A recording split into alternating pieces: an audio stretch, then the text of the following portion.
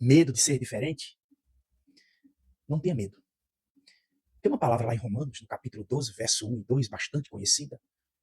Está escrita assim: portanto, irmãos, rogo-lhes pela misericórdia de Deus, que ofereçam-se em sacrifício vivo, santo e agradável a Deus. Este é o culto racional de vocês. Aí no verso 2 diz assim: não se moldem ao padrão deste mundo, mas transformem-se pela renovação da sua mente, para que sejam capazes de experimentar e comprovar a boa, agradável e perfeita vontade de Deus. Não tenha medo de ser diferente. Eu volto já.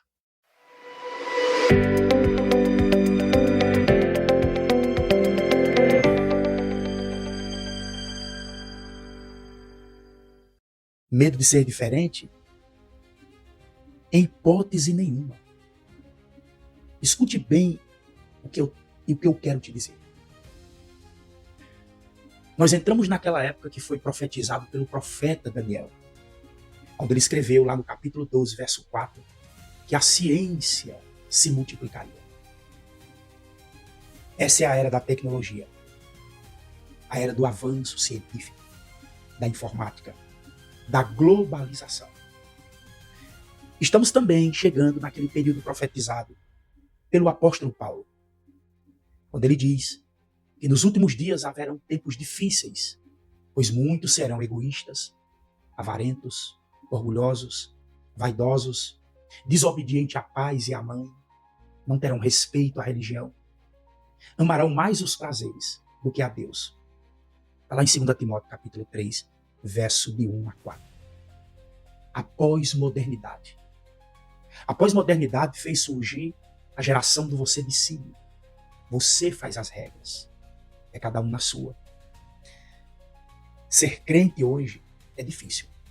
Mas não tão difícil quanto foi para a geração de crentes passada. Eles também tiveram tempos de rápidas mudanças no pensamento e no comportamento das pessoas.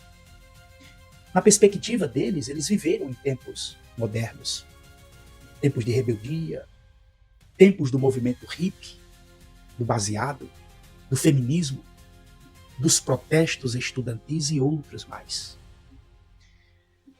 Muitos deles souberam entender o espírito da sua época de juventude sem perder a identidade cristã.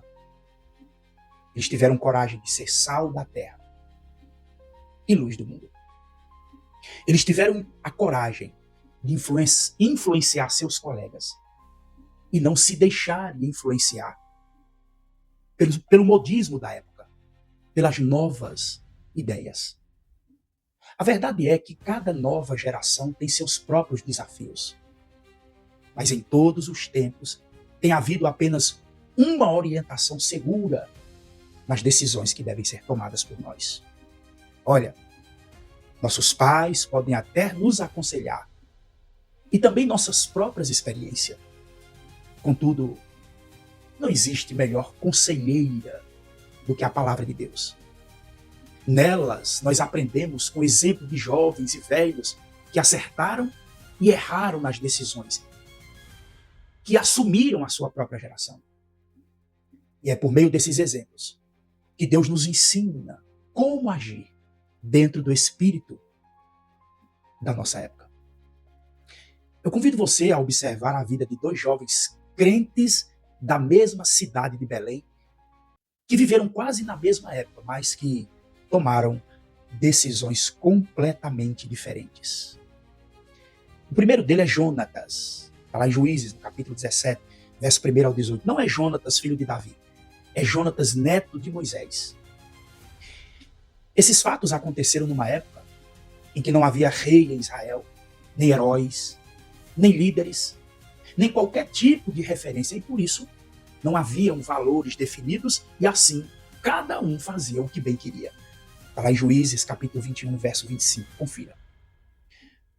Os jovens daquela geração haviam se tornado individualistas na busca do prazer pessoal e relativistas nas decisões que tomavam, pois o certo e o errado dependia de cada um. Aquela também podia ser chamada a geração você decide. Foi nesse contexto que se passou a história desse jovem crente chamado Jonatas, filho de Gerson, filho de Moisés, descendente de Moisés. Está lá em Juízes 18:30. Esse rapaz ele foi criado desde pequeno para ser um sacerdote. Mas uma vez eu te peço, não confunda com Jonatas, amigo de Davi. Esse era filho de Gerson, que era filho de Moisés. Jonatas, quando conquistou a sua independência, ele passou a viver entre o dilema de uma vida consagrada a Deus e os prazeres de uma vida liberal, digamos assim. Sua liberdade de escolha poderia levá-lo às alturas ou ao abismo. O que será que Jonatas escolheu? Olha, queridos, Jonas optou pelo abismo de sua geração quando perdeu a sua identidade. Naquela época, ser um levita era sinônimo de espiritualidade. Era sinônimo de uma vida consagrada, de uma vida, de uma intimidade, de um compromisso com Deus.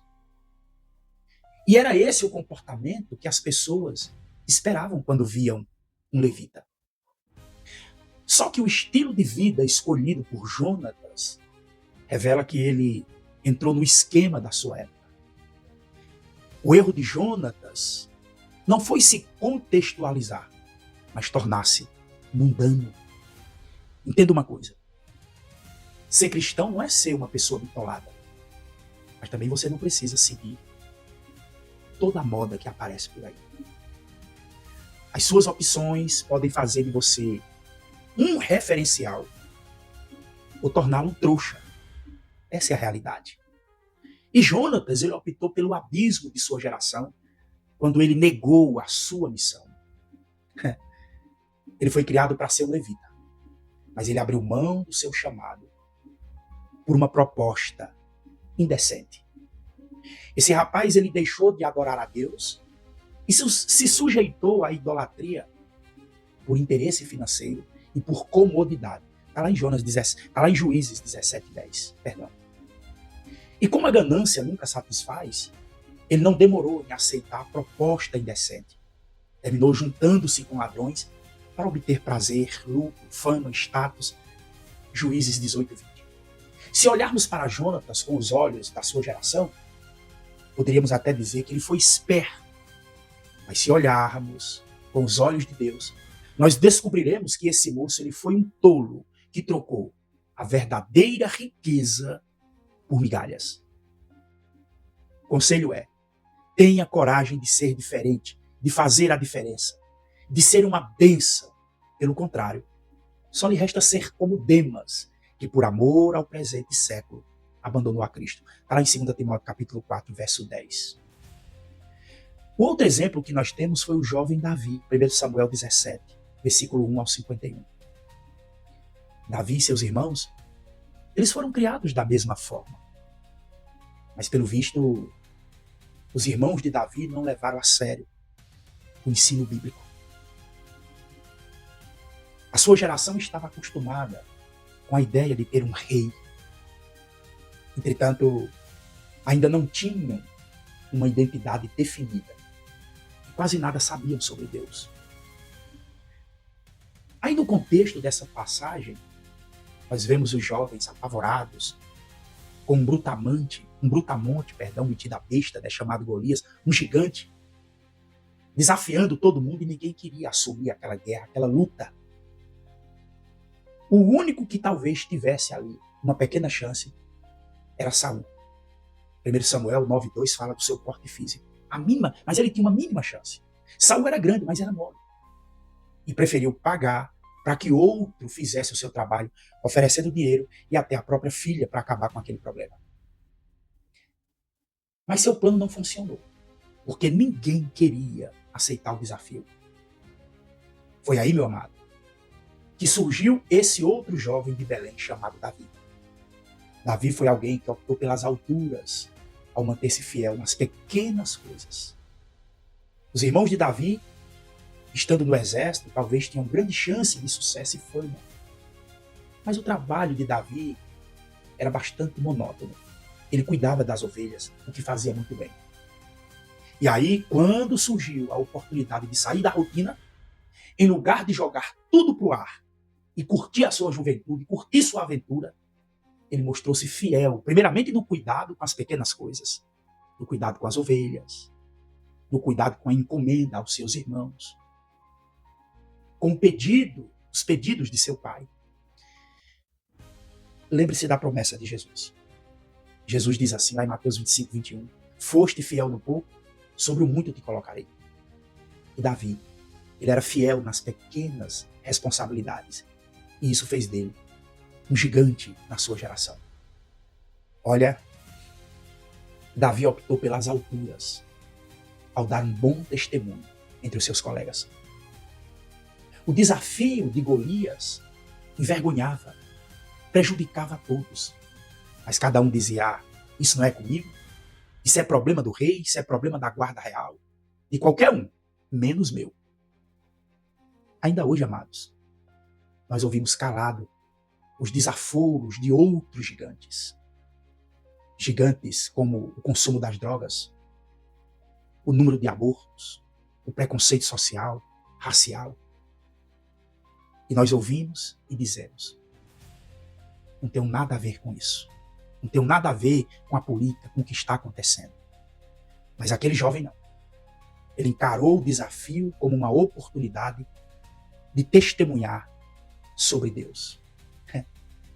É nas encrencas da vida que aparecem as melhores chances, às vezes, de testemunharmos a nossa fé. Deus quer usar a sua vida para mostrar que há um jeito diferente e muito melhor de se viver. Davi optou pelas alturas ao enxergar o que os outros não podiam ver. Pelo fato de ter mantido firme na sua comunhão com Deus, ele agora podia ver que Deus estava agindo nos meios daquela situação tão desagradável e tão difícil. Os jovens da sua geração só podiam ver o tamanho do problema. O grandalhão encrenqueiro, eles só poderiam enxergar suas fraquezas, talvez até a fraqueza de Davi, vendo ele talvez como um jovem desmiolado. Mas Davi não. Davi, ele via o que ninguém mais via. É por isso que ele disse assim, olha, eu vou contra ti, em nome do Senhor dos Exércitos. A quem tu tens afrontados? 1 Samuel 17, verso 45. Eu vou concluir, eu vou encerrar. Mas eu vou encerrar com uma pergunta. O que é a história de Jonatas ou Davi, de tempos tão antigos, tem a ver com a juventude cristã dos nossos dias? A história de Jonatas, ela tem muito a ver com a nossa realidade. A história de Jonatas tem muito a ver com a realidade que eu e você vivemos hoje. Você que conhece a palavra de Deus, que assumiu um compromisso com Deus, mas tem sido constantemente seduzido a buscar a sua liberdade, a curtir os prazeres da vida. Preste atenção no exemplo de Jonatas. Olha, de fato você é livre para fazer suas escolhas, mas também é responsável por elas. Ou você toma a decisão de ser diferente, de fazer a diferença, de ser uma bênção na vida de muita gente, ou segue o espírito da sua época, acompanhando a multidão pelo caminho espaçoso que conduz para a perdição. Mateus, capítulo 7, versículo 13. Os acontecimentos na vida de Davi têm relação com as nossas conquistas. Amém, queridos?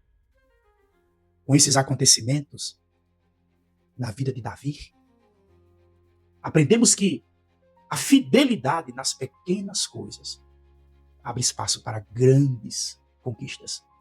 Você entendeu? Aprendemos a encarar os desafios do dia a dia como oportunidade de testemunhar a nossa fé em Deus, a lutar por causas justas e não por razões egoístas. Aprendemos ainda que a intimidade com Deus nos permite ver coisas que ninguém vê. A história de Davi tem semelhança com a nossa própria história. A história desses dois jovens deve motivá-lo a fazer sua própria história, sonhando e lutando por dias melhores. Então, eu recomendo a você que é jovem, faça a sua história olhando firmemente para Jesus. Hebreus 12:2. Jesus que também foi o jovem de Belém e é a melhor referência para todos nós. Que Deus abençoe a sua vida. Em o nome de Jesus. Saúde e paz.